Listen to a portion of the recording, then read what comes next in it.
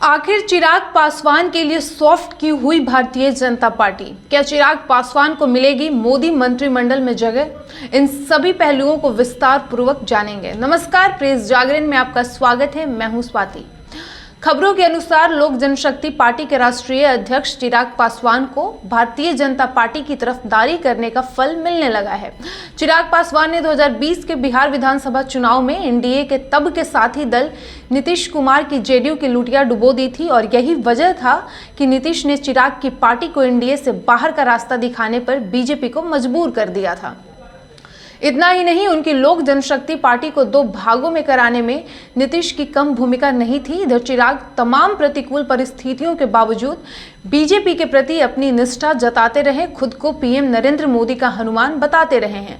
इसका सुफल अब उन्हें मिलने लगा है। चिराग के साथ अब जेड सिक्योरिटी रहेगी। जी हां, केंद्रीय गृह मंत्रालय ने जमुई सांसद और लोक जनशक्ति पार्टी के राष्ट्रीय अध्यक्ष चिराग पासवान को जेड श्रेणी की सुरक्षा मुहैया करा दी है।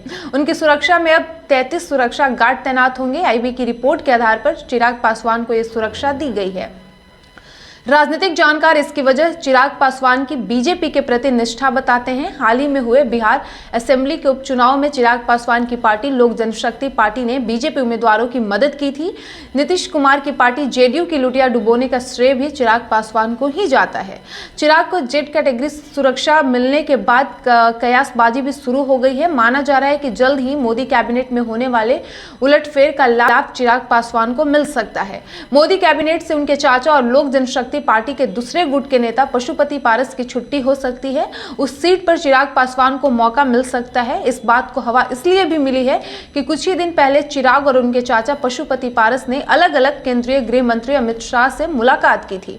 मुलाकात को औपचारिक बताया गया था, लेकिन इसी बीच चिराग को मिली जेड कैटेगरी की सुरक्षा ने इस कयासबाजी को बल दिया है, जिसमें उन्हें केंद्रीय मंत्री बनाए जाने की बात भी कही जा रही है।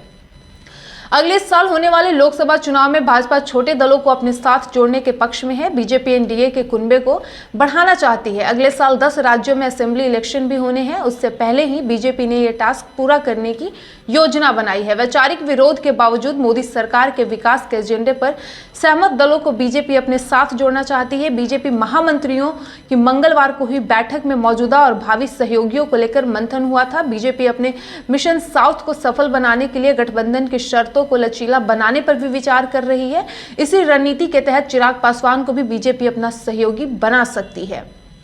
क्योंकि लोक जनशक्ति पार्टी भले ही दो भागों में बट गई हो, लेकिन चिराग पासवान अब भी बिहार में दलितों के बीच सर्वाधिक स्वीकार्य हैं। बिहार में तकरीबन 7% वोटों पर लोक जनशक्ति पार्टी की पकड़ रही है। पशुपति पारस का गुट तो एनडीए में है ही। चिराग गुट के साथ आने से बीजेपी को 7% वोटों का लाभ और मिल सकता है। क्योंकि चिराग मोदी के विकास एजेंडे के पक्षधर है, इसलिए बीजेपी उन्हें अपने पाले में लाना चाहती है।